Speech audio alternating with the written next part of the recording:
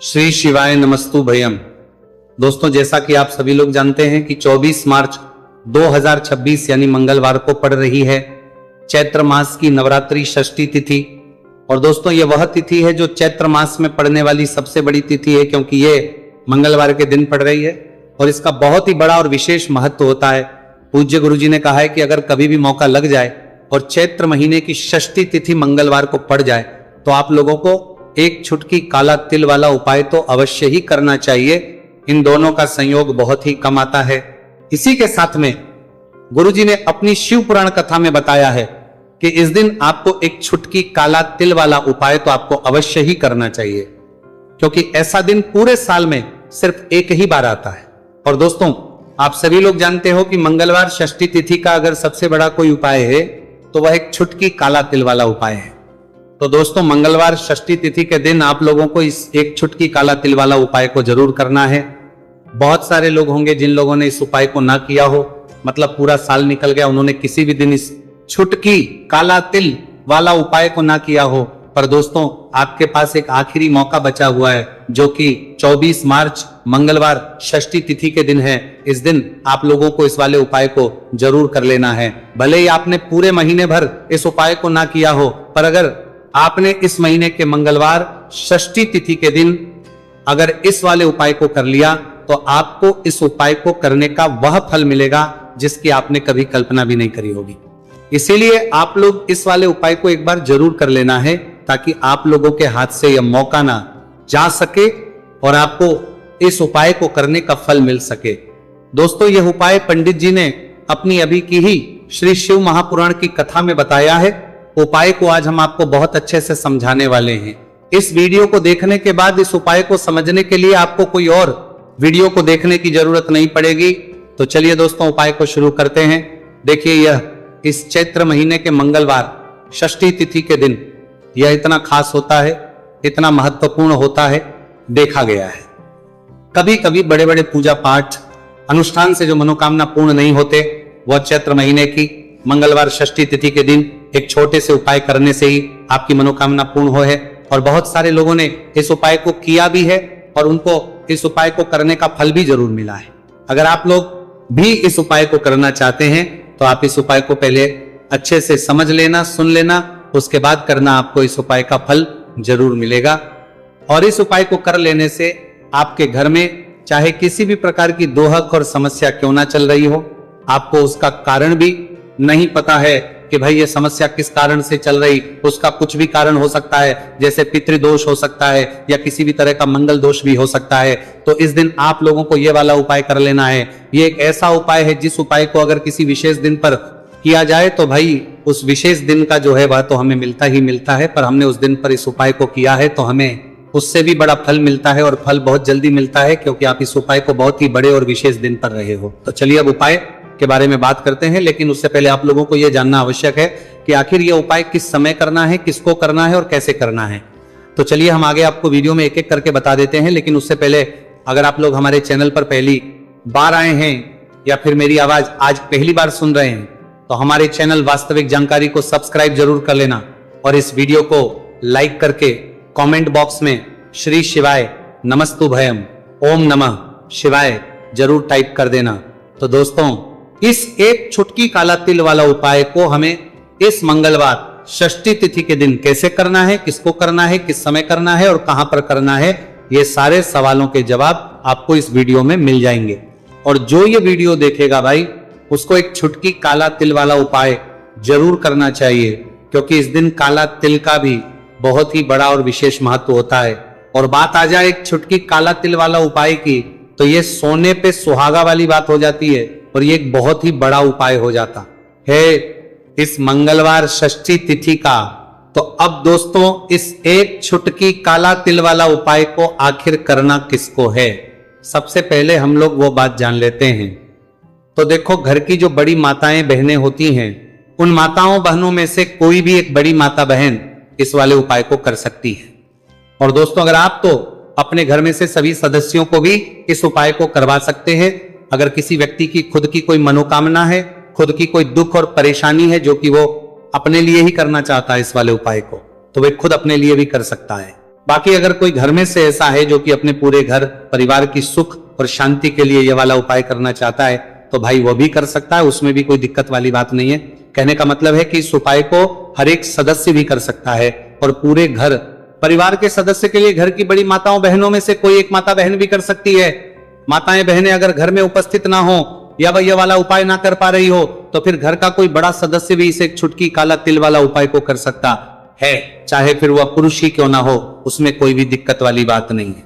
उसके बाद में दोस्तों जो अगला प्रश्न निकल आता है वो ये आता है इस उपाय को लेकर कि आखिर इस उपाय को हमें किस समय करना है, सुबह के समय करना है कि शाम के समय करना है। तो देखो इस वाले उपाय को आप लोग सुबह के समय भी कर सकते हो और शाम के समय प्रदोष काल में भी कर सकते हो। अब अगर आप पूछो कि भाई सबसे उत्तम समय कौन सा रहेगा इस एक छुटकी काला तिल वाला उपाय को करने का, तो हम आपसे बस यही कहेंगे कि इस उपाय को आप सुबह के समय करेंगे तो ज्यादा बेहतर होगा। बाकी अगर प्रदोष काल शाम के समय भी करेंगे तो भी अच्छा होगा, उसमें कोई भी दिक्कत वाली बात नहीं है। तो अब दोस्तों जो अगली सबसे बड़ी और महत्वपूर्ण बात आती है वो ये आती है कि सुबह अगर हम उपाय को करेंगे तो हमें कितने बजे से लेकर कितने बजे तक के बीच में करना है, और शाम के समय प्रदोष काल में करेंगे तो हमें कितने बजे से लेकर कितने बजे के बीच में करना है। तो देखो सुबह जितनी जल्दी हो सके आप उपाय को करने की कोशिश करना कि अगर किसी कारणवश लेट भी हो जाओ, थोड़ी देर भी हो जाए तो 10 या 11 बजे तक भी आप उपाय कर लेना, पर 12 बजे से ज्यादा देरी ना हो, ठीक है, इस बात का ध्यान रखना। उसके बाद में दोस्तों अगर शाम के समय प्रदोष काल की बात करें, प्रदोष काल का जो समय है होता है वो शाम के 6 बजे से शुरू हो जाता है। मतलब शाम के 6 बजे से लेकर 7 बजे के बीच का जो समय होता है यह समय प्रदोष काल का समय होता है। तो आप उपाय को 7 या 8 बजे के बीच में भी कर सकते हो। मतलब शाम के 6 बजे से रात 8 बजे के बीच में आप कभी भी इस वाले उपाय को कर सकते हो, उसमें कोई भी दिक्कत वाली बात नहीं है। देखिए यदि आपके जीवन में संकट बहुत ही अधिक चल रहे हो, समस्याएं बहुत ही अधिक चल ही हो, एक एक रूप खर्च करने आपको बस फोड़ रहा है, भूमि से जुड़ी हुई कोई भी समस्या हो या फिर आपके विवाह से जुड़ी हुई कोई भी समस्या हो या आपके व्यापार से जुड़ी हुई कोई भी समस्या हो, तो आपकी ये सारी समस्या इस मंगलवार षष्ठी तिथि के दिन समाप्त होने वाली है। तो चलिए दोस्तों जानते हैं उस विशेष उपाय के बारे में। देखिए इस वीडियो में हम पूज्य गुरु जी द्वारा बताए गए 3 बहुत ही चमत्कारिक उपायों के बारे में जानेंगे। देखिए यह जो उपाय है आपके जीवन से दुर्भाग्य का तो अंत करेंगे ही, साथ ही साथ यदि आपके जीवन में धन की समस्या चल रही है तो वह सभी भी आपकी समाप्त हो जाएंगी। देखिए गुरुजी ने बताया है कि जब भी मंगलवार षष्ठी तिथि का दिन पड़े तो हमें कर्ज मुक्ति के लिए कुछ उपाय करने चाहिए। इसी के साथ हमें धन प्राप्ति, भूमि से जुड़े कार्यों और विवाह के लिए भी उपाय करने चाहिए। तो चलिए दोस्तों जानते हैं गुरुजी द्वारा बताए गए सबसे पहले उपाय के बारे में। देखिए यह उपाय विशेषकर उन लोगों को करना है जिनकी भूमि से जुड़ी कोई भी समस्या चल रही हो, यानी कि उनकी भी जमीन से जुड़ी हुई समस्या चल रही है, यानी कि जो लोग मकान खरीदना चाहते हैं या फिर उनका खेत से जुड़ा कोई भी केस चल रहा है, या फिर जिनके भी विवाह में विलंब हो रहा है, या फिर जिन भी लोगों के जीवन में कर्ज बहुत ही अधिक बढ़ने लगा है, कर्ज जो है वह चुका नहीं पा रहे हैं, तो गुरुजी ने कहा है कि ऐसे लोगों को यह उपाय करना चाहिए।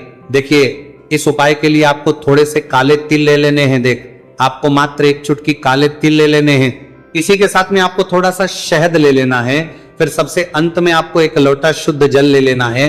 तांबे के पात्र के अंदर आपको अपने घर से शुद्ध जल ले लेना है और इन सभी सामग्रियों को आपको लेकर के पहुंच जाना है। भगवान शिव के मंदिर में देखिए पूज्य गुरुजी ने बताया है कि इस उपाय को आप सुबह से लेकर के शाम तक किसी भी समय में कर सकते हैं। देखिए मंदिर पहुंचने के आप जो काले तिल लेकर के गए थे उनमें आपको थोड़ा सा शहद लगा लेना है। देखिए आप जो शहद लेकर के आए हैं उस शहद में आपको ये काले तिल अच्छे से डुबो देना है और शहद से युक्त ये जो काले तिल हैं इन्हें आपको शिवलिंग पर अर्पित कर देने हैं, या फिर आपको शिवलिंग के चारों तरफ अच्छे से काले तिल का लेपन कर देना है। पूज्य गुरुजी ने बताया है कि लेपन करते समय यदि आपके जीवन में कर्ज से जुड़ी समस्याएं चल रही हैं, लेपन करते समय आपको आर्यन मुक्तेश्वर महादेव का स्मरण करना है, या फिर आपके जीवन में विवाह से संबंधित या फिर जमीन से संबंधित कोई भी समस्या चल रही है तो फिर आपको मंगलेश्वर महादेव का स्मरण करना है। इसके बाद जो आप जल लेकर के आए हैं उसे आपको धीरे धीरे शिवलिंग पर अर्पित कर देना है तथा आपको लगातार शिव महापुराण के मूल मंत्र श्री शिवाय नमस्तु भयम इस मंत्र का जाप करते रहना है। पूज्य गुरु जी ने बताया है कि सिर्फ एक मंगलवार षष्ठी तिथि यह उपाय करके देखना और आप स्वयं देखेंगे कि 2 से 3 महीने के अंदर आपके जीवन से जुड़ी हुई जो भी समस्याएं हैं बस सभी समस्या बहुत ही जल्द महादेव की कृपा से दूर होने लगेगी। तो दोस्तों इस प्रकार से आपको यह पहला उपाय ना है। अब हम जानते हैं दूसरे विशेष उपाय के बारे में। देखिए इस उपाय के लिए आपको एक प्यारी सी बेलपत्र ले लेनी है। इसी के साथ में एक लोटा शुद्ध जल लेना है तांबे के पात्र के अंदर और इसी के साथ में आपको थोड़ा सा शहद ले लेना है। देखिए मंगलवार का दिन है और मंगलवार षष्ठी तिथि के दिन यदि हम शहद का उपाय करते हैं तो इससे महादेव हमसे बहुत ही अधिक प्रसन्न होकर के हमारी मनोकामना को परिपूर्ण करते हैं।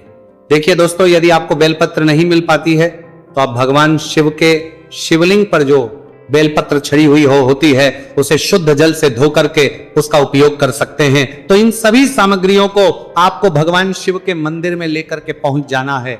गुरुजी ने कहा है कि इस उपाय को भी आप सुबह से लेकर के शाम तक किसी भी समय में कर सकते हैं। देखिए मंदिर पहुंचने के बाद आपके पास जो एक बेलपत्र है और बेलपत्र की जो सबसे बड़ी वाली पत्ती होती है और उसकी जो चिकनी साइड होती है उस पर आपको अच्छे से शहद का लेपन कर देना है। यानी कि बेलपत्र की बड़ी वाली पत्ती पर पूरी ही पत्ती पर अच्छे से शहद लगा देना है। अब देखिए ये जो बेलपत्र है इसे आपको अपने सीधे हाथ की हथेली पर रखना है और आपके जो भी कार्य अटक रहे हैं, देखिए बहुत से लोग ऐसे होते हैं जो अपने नौकरी को प्राप्त करने के लिए सालों से तैयारी करते हैं लेकिन उनको नौकरी नहीं प्राप्त हो पाती है।